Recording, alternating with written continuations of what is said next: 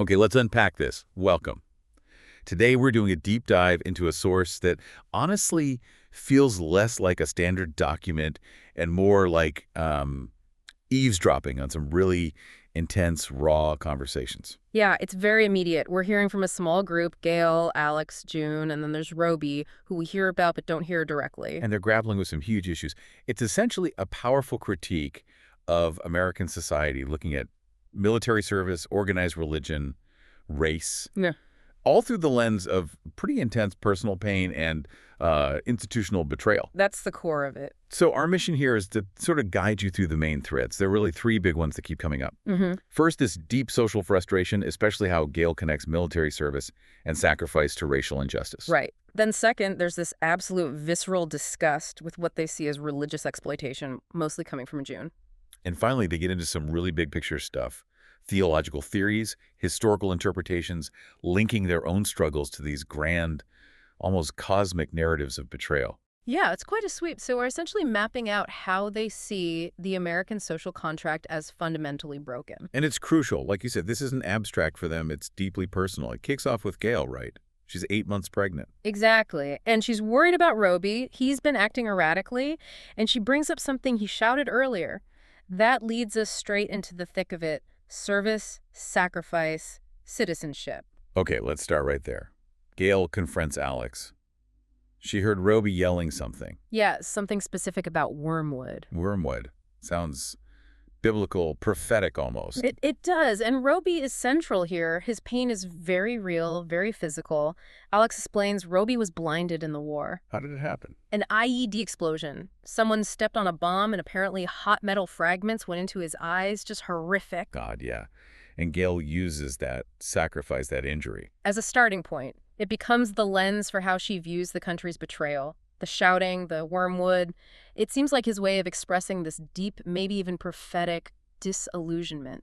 And it immediately connects to her own situation, her pregnancy, Roby's past, her child's future. Right. She's absolutely determined. She says, I'm not going to let him go to war. She predicts he'll end up like the rich Republican kids, is how she puts it. Patriotic until it's time to actually serve. That's the quote. It shows her deep cynicism about who actually pays the price. Her frustration is really rooted in this idea of, well, transactional citizenship. What do you give versus what do you actually get? It's a very bitter calculation she's making. It is. The cost versus the benefit.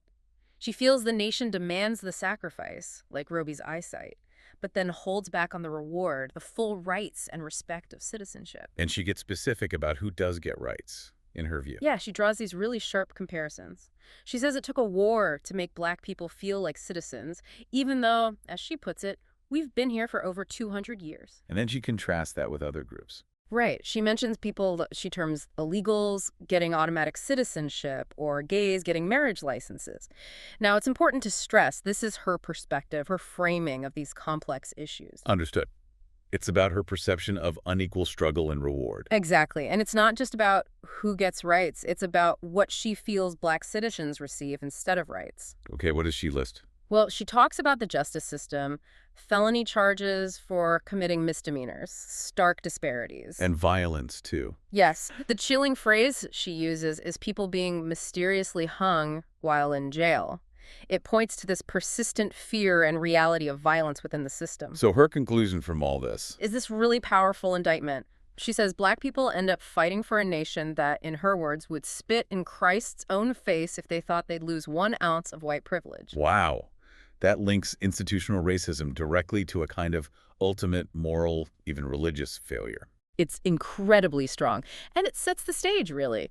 If the core institutions, the state, the military, are seen as this fundamentally betraying, then, well, what else is suspect? Which is a perfect lead-in to the next voice we hear clearly, June. Alex goes from Gail's place to visit June. Right. June's recovering at home in a hospital bed. Alex is there watching over him, and June's focus immediately shifts. He's watching TV. And he is not happy with what he sees. Not at all. He's watching a preacher on TV, and he is just disgusted. He calls him a prosperity preacher. He has a specific label for them, doesn't he? Oh, yeah. Ronald Reagan, right-wing Turkle-a-down preachers. That's the phrase. For June, it's not about faith. It's pure economic exploitation, plain and simple. The message being, Donate all your money, give everything you have, and God will make you rich. But June just scoffs at that. He says the only one getting rich is the preacher. and this is where June brings in some really intense political labeling. He calls the preacher well, a very strong term. He does. He calls him a fucking Dixiecrat.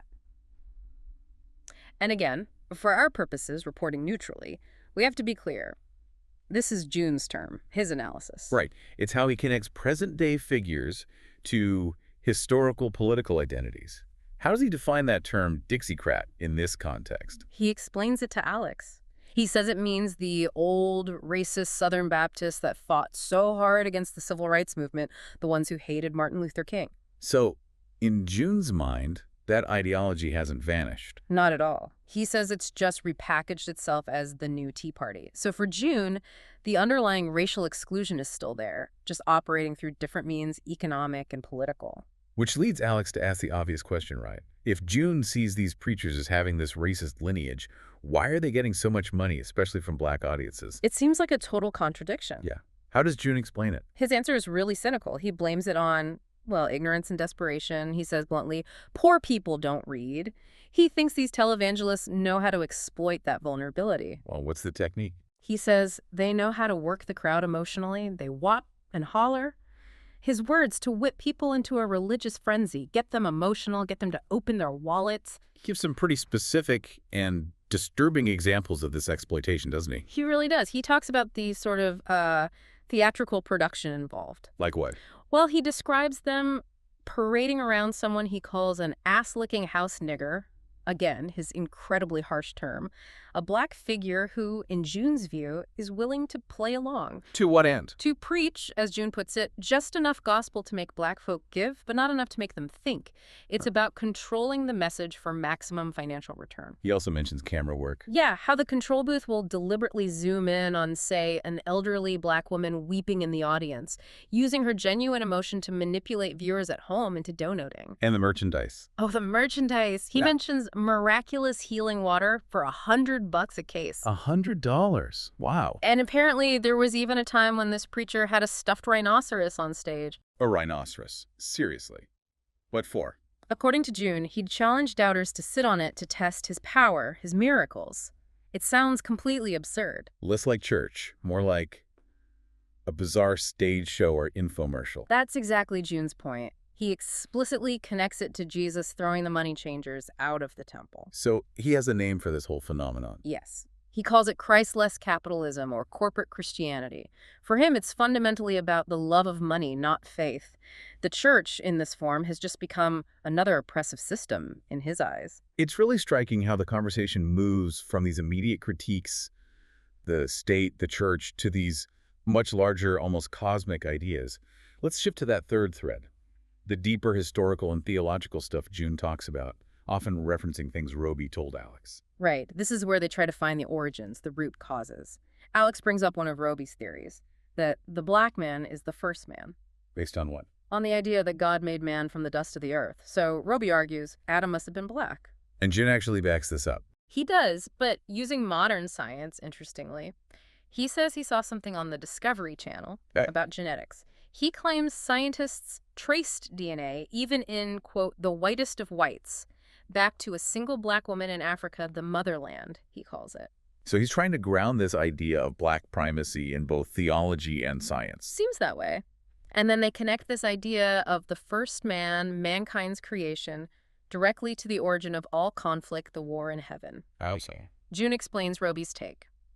Satan didn't just rebel out of general pride. His pride was specifically wounded because he, an angel supposedly made of pure energy and light, was expected to serve this new creature made of simple clay, mankind. So humanity's creation, specifically the first man's creation, was the trigger for cosmic war in this view. That's the theory presented. And then they bring this theme of betrayal down from the heavens to earthly history, specifically looking at Native American. Right. The Cherokees and the Trail of Tears come up. Exactly. June mentions briefly that some escaped slaves found refuge with groups like the Seminoles, but his main focus is the Cherokee Nation. And he highlights a particular irony there. A really tragic one. He emphasizes how hard the Cherokees tried to assimilate to be just like the white man in every way. Oh. They owned slaves, they built plantation houses, they dressed like white Southerners, adopted their institutions, their way of thinking. That it did work. Utterly rejected. June points his finger squarely at Old Hickory Andrew Jackson.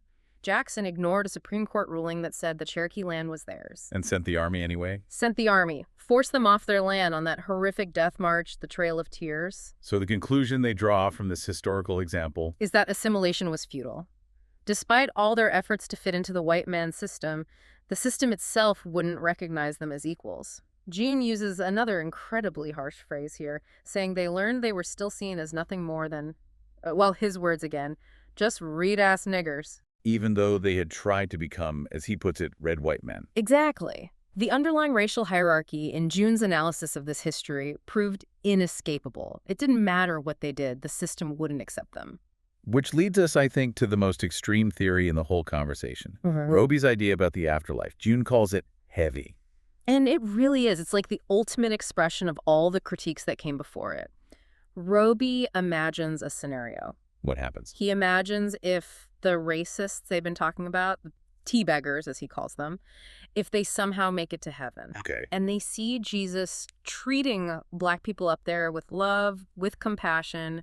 Roby believes their earthly hatred, their ingrained prejudice, would actually be stronger than their reverence for God. Stronger than being in heaven, seeing Jesus. Yes, he suggests it would escalate. First, a sneer of disgust then. A plot. A plot. Against who? Against God himself. The theory Roby puts forward is that they would conspire to steal the keys to hell itself. To do what? To release the demons, build an army, and literally assault the very throne of God. Wow. That is an incredibly dark and radical vision. It's terrifying. It frames American racism not just as a social or political problem, but as a spiritual sickness so profound it leads to, well, theological treason on a cosmic scale. And after discussing that huge, almost unbelievable theory, the conversation comes back down to earth, doesn't it? Back to Roby himself. Yeah, June asks Alex about Roby's state right now, his recent behavior. And Alex confirms, Roby was serious. Disturbingly serious. Alex emphasizes that Roby wanted us, meaning Alex and presumably June, to get ready for something. Get ready for what? Does he know? Alex isn't sure, just that Roby kept warning that something was coming. Something big. Maybe, Alex guesses, an earthquake or a fire or flood. Something catastrophic. So it ends on this note of impending but unknown disaster. Yes. The very end has June drifting off to sleep, murmuring that warning. Something's coming. Something's coming. I wonder what he meant. So what does this all mean then? We've journeyed from, the incredibly specific physical pain of an IED wound and a pregnant mother's fear through the mechanics of TV preachers selling miracle water. To debates about who the first man was, the history of the Cherokee Nation. All the way to this wild theory about racists storming heaven to fight God. Yeah. It's an absolutely staggering range, multi-layered rejection of, well, everything. And woven into that is this thread of deep loneliness. There's a small detail near the end.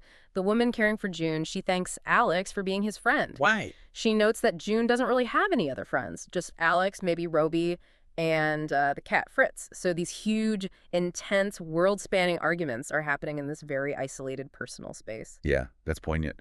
So ultimately, the people in this source, Gail, June, Roby, they are laser-focused on what they see as profound hypocrisy and corruption in American systems, political, religious, military. They use history, theology, personal experience, everything to make sense of the betrayal they feel so acutely.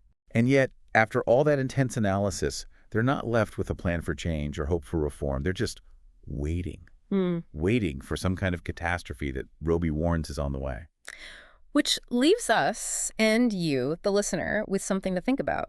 If you accept the premise laid out in this source that the current systems are characterized by, quote, Christless capitalism and deep historical betrayal, then what does Roby's warning actually signify? Is this coming disaster, an earthquake, a flood, a literal physical threat? Or is it maybe symbolic, perhaps representing the inevitable spiritual or social collapse of the very system they've just spent all this time dissecting? Is the catastrophe external, or is it the system itself finally imploding?